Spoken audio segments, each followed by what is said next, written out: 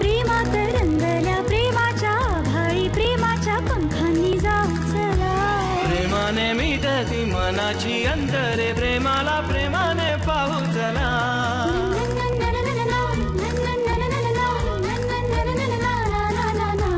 मनाशी बोलते जगाला जोडते प्रेमाने जागते प्रेम नव्हे.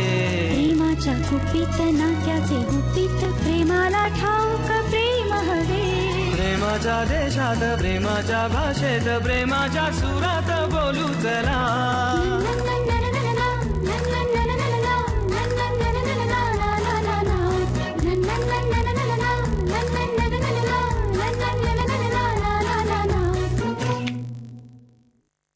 काय हा 4 अक्षरी शब्द? स्थळ आणि काळ या दोघांनाही वापरता येतो. एक मिनिट थांब, मी गुगलवर बघते.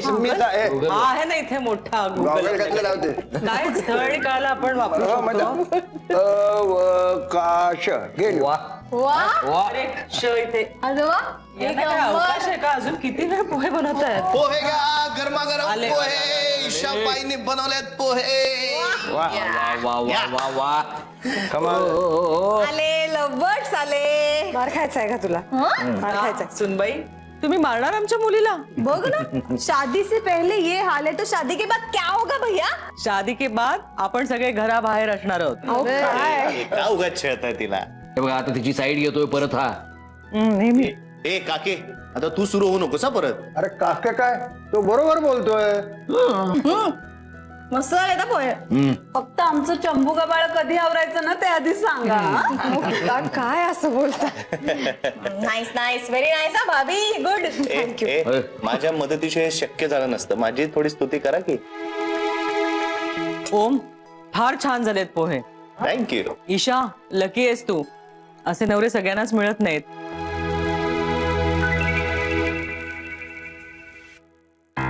बरं मी निघते. काय ग, कोणाचा मेसेज होता? नाही विशेष नाही, पण मी निघते आता. थांब ना ग शोभना मावशी, एवढा काय भाव खातेस? अरे नाही भाव नाही, मला उशीर होतोय, मी निघते. अरे नाही तिला जाऊ दे. प्रमिलासाठी दिवसभर वणवण करते. जाऊ दे तिला. नाही तसं काही नाही. आणि हो मी गेल्यानंतर आपण सगळेच जर घराबाहेर गेलो तर ओमला जास्त आनंद होईल. का? नाही का म्हणजे मगाशी मी किचन मध्ये गेलो होते शोभना मावशी, ए शोभना मावशी, नको ना हा विषय इथे कशाला सगळ्यांचा वर काढाय. एक मिनिट, आता कळलंच पाहिजे काय झालं. आम्ही घराबाहेर काय जायचो आम्ही? नाही मी सांगणार नाहीये, मी त्यांच्याशी वेगळं काहीतरी बोलते. हा तर सांगण्याचा मुद्दा हा आहे की पोहे खाऊन झाल्यावर या दोघांना त्यांच्या खोलीत मोकळं सोडा. म्हणजे गप्पा माराव्याशा वाटतात आपल्याला, बरं धना. हा पण त्यांना त्यांची काही खास कामं असतात. खूप काम आहेत आम्हाला. हा तुलाही खूप काम आहे. चला बाय बाय बाय. असं नको जाऊ. काय सांगणार, मी काहीही पाहिलं नाही आणि मी काहीही ऐकलेलं नाहीये. काय बाय बाय. फोन करा. चला आपल्यालाही जायला पाहिजे. प्रायव्हसी हवी आहे बाबा काही लोकांना. अरे, असं काही नाहीये. जातो आपण आम्ही. कशाला तुझं आम्ही जातो, हरकत नाही.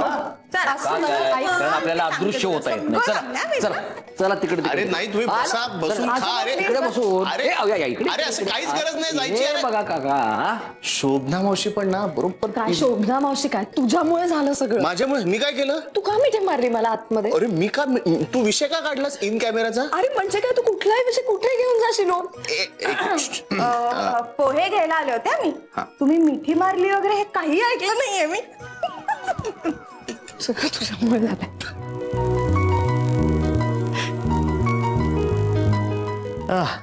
आमच्या घरचे एक अवली आहेत ना, मला सुद्धा कधी कधी एम्बॅरस करतात. आता हेच बघ ना. काय मला डिटेल सांगशील आता तुझ्या बाबांविषयी?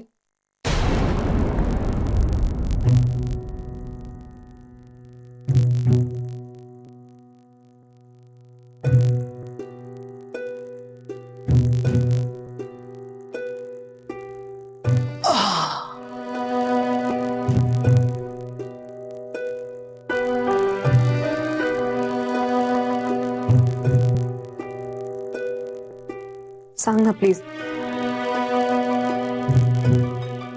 तू असा गप्प राहिलास तर आपल्या लग्नातला गुंता कसा सोडवणार होता आपण?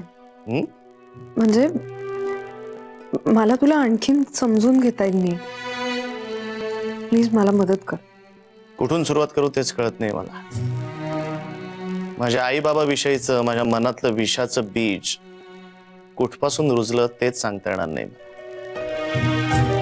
ते रुजलं कधी तेच कळलं नाही मला. रुजलं आणि आपलं आपलंच वाढत गेलं.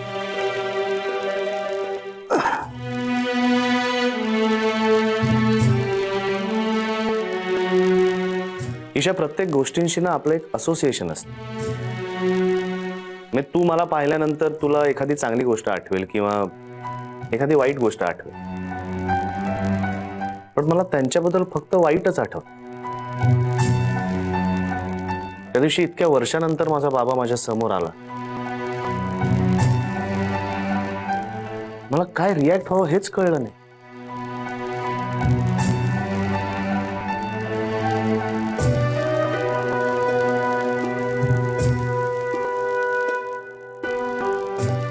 तुला सोडून घरी येताना मी खूप काही मनाशी ठरवलं होतं. माझ्या बापाला घराच्या बाहेर हाकलून द्यायचं होतं मला. जुने हिशोब काढायचे होते. तू कसा नालायक बाप आहेस ना ते त्याला सुनवायचं होतं.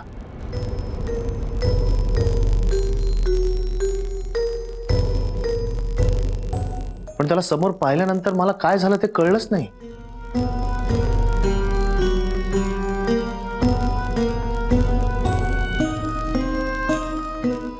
इतका राग होता माझ्या मनात, पण दुसऱ्या क्षणात मला त्याच्याविषयी ओढ निर्माण झाली. सगळं विसरून त्याला घट्ट मिठी मारून धाय मोकलून रडावंसं वाटलं मला. हा काय कनेक्ट आहे?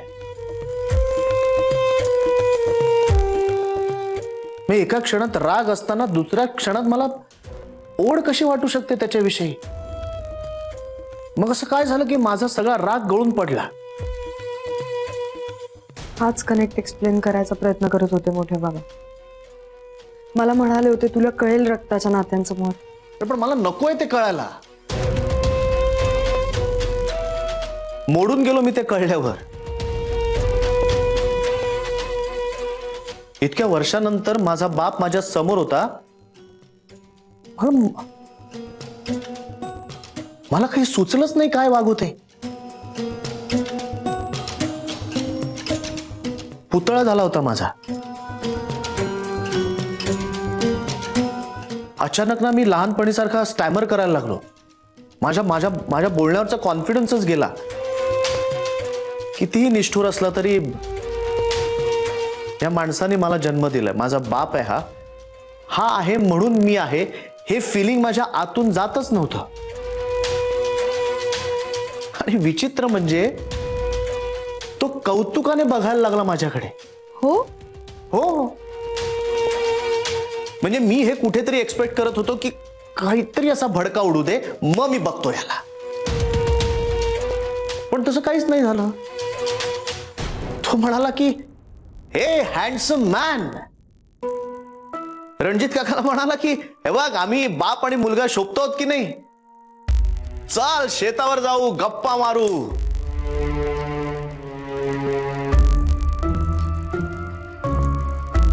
हेच तर हवं होतं ना मला.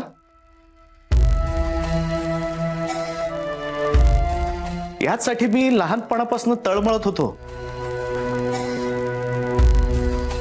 हो, हेच तर होतं ते जो इतक्या वर्षानंतर तो मला द्यायला तयार झाला होता.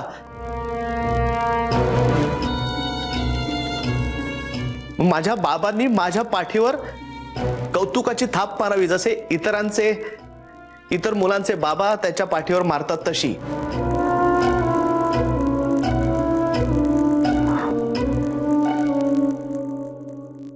काही वेळासाठी का असेना पण माझ्या मनातला सगळा कडवटपणा असा दूर निघून गेला होता.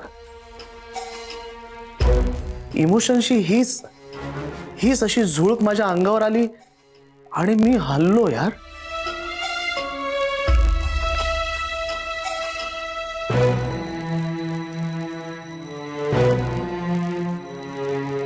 माझ्या आईने मला बाबाविषयी खूप काही सांगितलं होतं, म्हणजे तिच्यावर त्याने कसा अन्याय केला वगैरे वगैरे. पण तरी आतून मला माझ्या बाबाविषयी प्रेमच होतं. त्याची पर्सनॅलिटीच अशी होती ना की कुणालाही त्याच्यासारखं व्हावं असं वाटेल. पण मला दुखावलं ते, मन मोडलं त्याने माझं आणि निघून गेला परदेशी. लहानपणी ना मला अंधुकचं आठवतंय, माझी आणि बाबाची एक टीम असायची आणि आईची आणि काकेची एक टीम असायची.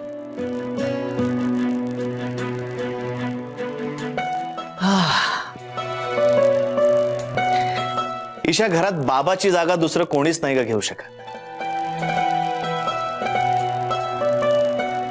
बाबा म्हणजे घराचं छप्पर. बाबा घरात आहे म्हणजे घराला छप्पर आहे. बाबा नाही म्हणजे घर उजाड आहे. मला ना काय करू आणि काय नको असं होत होतं त्याच्यासमोर. असं गुदमरत होतो मी.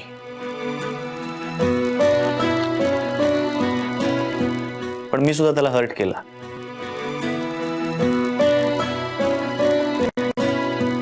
त्याला म्हटलं की माझा तुझ्याबरोबर येण्याचा चॉईस नसेल तर. हे वाक्य ऐकून तो हर्ट झाला. किती लपवलं ना तरी त्याच्या नजरेत मला दिसलं आणि मला खूप बरं वाटलं. शेवटी जाताना का असे ना एक छोटीशी फाईट दिलीच मी त्याला. जाताना मला म्हणाला, फॉरगेट द पास्ट इडियट.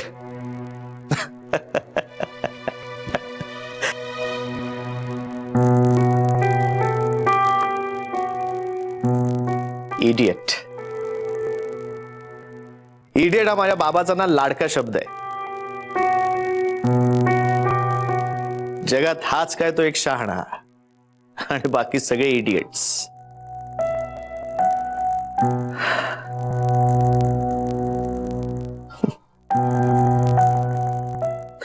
तर अशी झाली आमची भेट.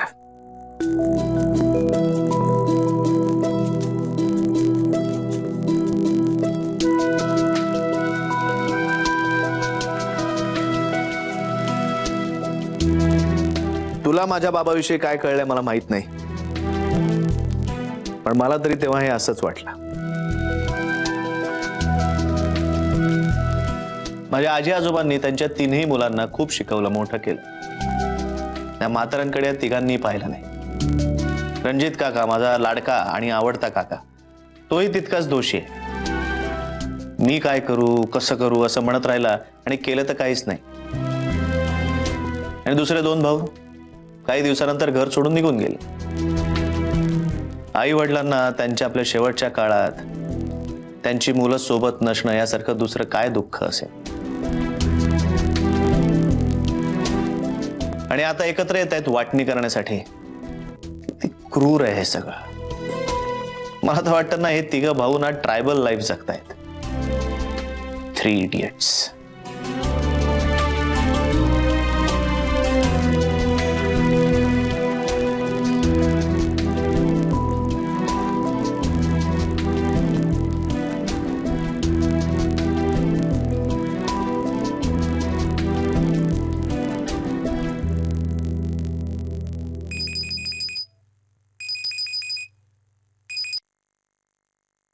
हॅलो.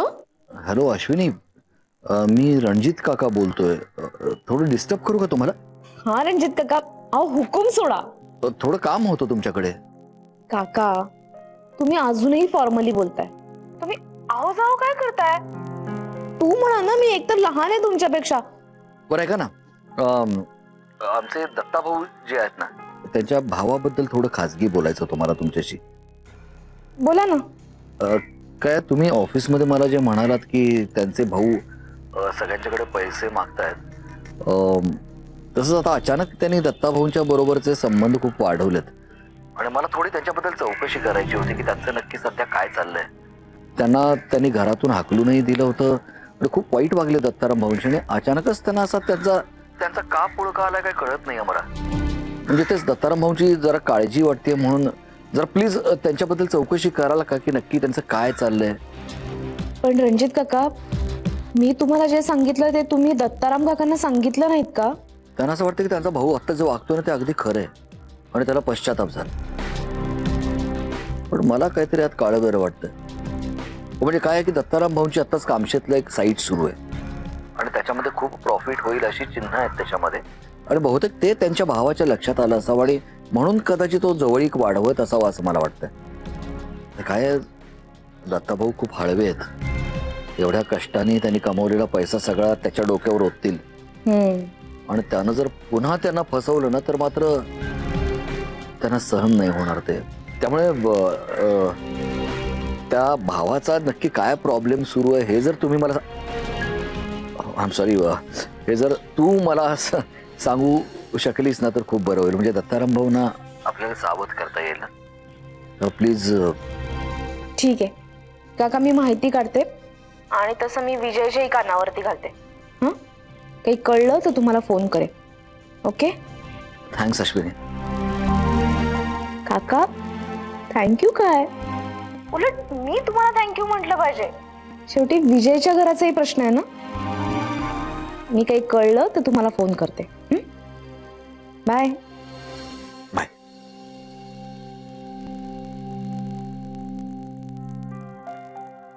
काय कुठं कुठं म्हणजे? हे म्हणजे कुठं गेला होतात, कुठून आलात? हॉस्पिटलमध्ये गेलो होतो, घरी आलोय. हो का? हा म्हणजे अहो ते काय झालं अचानक मला रणजित काकाने हॉस्पिटलमध्ये जायला सांगितलं ना, त्यामुळे काय मला कळतच नाही. अरे आलात तुम्ही? हे काय? हे काय आजीनी काही खाल्लं नाही का? नाही उलट आजीनं आज खूपच खात होत्या. अरे नाही, ते काय असतं औषधाची रिएक्शन असते. खाऊ दे, खा सुटते त्याने. उलट खाल्लं हे महत्वाचं आहे रे. पण मग हे असं एवढं कसं उरलं? ते मी नाही जेवलो. का रे बाबा? त्या हॉस्पिटल मधल्या स्पिरिटच्या वासचा तुलाही नॉशे आलं का? अहो तसं नाही, पटवर्धन सर आहेत ना. गेली तुमची नोकरी? अगं काही काही काय बोलते ही? हा नोकरी गेलेली नाहीये. पटवर्धन सर मला ओरडले. ते म्हणले की सारखं काय तू चुकून काहीतरी जात असतोस. आता रणजित काकाने अचानक मला हॉस्पिटलमध्ये जायला सांगितलं. अरे मग मला सांगायचंच ना. राहू द्या, 2 दिवस सलग तुम्ही हॉस्पिटलमध्ये होता. तुम्हालाही आरामाची गरज आहे, नाही तर तुम्ही आजारी पडाल. पटवर्धन सर मला म्हणाले की तू काय गावाकडे काय निघून जातो, आजी हॉस्पिटलमध्ये असल्याचं काय सांगतो, खोटं बोलतो म्हणाले. मला इतकं वाईट वाटलं ना, मी खोटं नाही बोलतो का कधी. काही काय सांगताय? ईशा वहिनीची आई आल्यावर सांगताच की मी ओम दादांचा भाऊ आहे. ते खरं खोटं नाहीये, ते खोटं आहे. मी माझ्या स्वार्थासाठी कधी खोटं बोलत नाही. अरे ए बाबा ए, अरे काळजी करू नकोस. पटवर्धन सरांची माझी ओळख आहे, मी सांगेन त्यांना. तू अजिबात काय हे बघ, त्याची चिडचिड झाली आहे ना, तू जरा जाऊन त्याची समजूत घाल. त्याला विश्रांतीची गरज आहे. झाला का? चला ना जेवायला बसू. धनच जेवायला वाटचं. आता हिला भूक लागली, हिला खा सुटली. हे बघ सगळं तयार आहे. आधी ओम दादा आणि ईशा वहिनीला बोलव. जा ठवली गावठी. ए तू गावठी आहे मूर्ख. पण डिमांड कोणी केल्यात वाटण्या? मला नाही वाटत तुझ्या बाबांनी डिमांड केली असेल म्हणून. नाही त्यांनी नाही. आमची जमीन आहे गावाला, म्हणजे कोकणात. गेली अनेक वर्ष माझा काका सत्यजित काका आणि त्याचा मुलगा समीर तो ती जमीन बघतो. ऍक्च्युली माझ्या आजोबांनी ती जमीन घेतली होती. त्यांनीच ती कसली, वाढवली आणि मग पुण्यात मार्केट चांगलं म्हणून तो तिकडचा सगळा माल इथे आणायचे आणि इथे विकायचे. हळूहळू त्यांचा जम बसला त्या धंद्यात. मग त्यांनी तिथे शेतावरती माणसं ठेवली आणि ते इथेच राहायला लागले. त्यांनी हा बंगला बांधला. आजी आजोबा आणि त्यांची 3 मुलं इथेच राहिली. त्यांचं शिक्षणही 3 मुलांचं इथेच झालं. म्हणजे सत्यजित काकाचं लग्न झाल्यानंतर तो काही वर्ष इथेच राहिला होता. मग कदाचित काकूने सांगितलं असेल म्हणून ते गावाला शिफ्ट झाले. रणजित काका इथेच होता येऊन जाऊन आणि बाबा गेला US ला. बापरे, म्हणजे इतक्या वर्षांनंतर आता हे 3 भाऊ एकत्र भेटणार आहेत परत आणि मलाही त्यांना भेटता येईल. म्हणजे बघता येईल सगळ्यांना एकत्र. तुझी आई पण येणार आहे का तेव्हा? नाही, तिला या प्रॉपर्टी मॅटर्स मध्ये रसच नाहीये. तिचं बरं चाललं असणार. या सत्यजित काकाच्या मुलाला समीरला मी गेल्या अनेक वर्षात तो काळा की गोराय पाहिलंच नाही, आठवतच नाहीये मला तो. प्रधान सर म्हणतात की बाबालाही काही याच्यात रस नाहीये. हे मॅटर पुढे कोर्टात जाणार, मग वाद होणार, म्हणून त्याला त्याच्या आधी संपवायचंय, म्हणून तो आलाय. पण प्रधान सरांचा काय संबंध? त्यांना का माहिती आहे यातली एवढी? प्रधान सर आणि माझा बाबा हे चांगले मित्र आहेत म्हणे. त्यांचं घरी येणं जाणं होतं आधी म्हणे. माझ्या आजोबांनी ही सगळी प्रॉपर्टी आजीच्या नावावर केली आणि ते गेले. पण आजीला त्यांच्या 3 मुलांमुळे माहित नाही कुणावरच विश्वास उरला नव्हता. मी मानव जातीवरचाच विश्वास उडाला होता तिचा. कसं काय माहित नाही, पण प्रधान सरांवर म्हणे तिचा थोडासा विश्वास होता. तिने एक मृत्यूपत्र तयार केलं आणि ते प्रधान सरांकडे दिलं. तिची अशी इच्छा होती की हे सगळ्यांसमोर वाचावं. ओ, म्हणून तू त्यांच्याकडे ज्युनियरशिप करतोयस ना? छे, तो निव्वळ योगायोग आहे. मला माहिती नव्हतं की माझा बाबा आणि प्रधान सर इतके चांगले मित्र आहेत. मला प्रधान सरांकडे काम करायला आवडलं म्हणून मी त्यांच्याकडे इतकी वर्ष काम करतोय. प्रधान सरांच्या म्हणण्यानुसार माझा बाबा म्हणजे एक रॉयल माणूस आहे. कन्फ्यूज झालोय. मी नक्की खरा कोण आहे? लहानपणी माझ्यावर डाफरणारा खरा की आता माझं कौतुक करणारा खरा? गोंधळ झालाय माझा.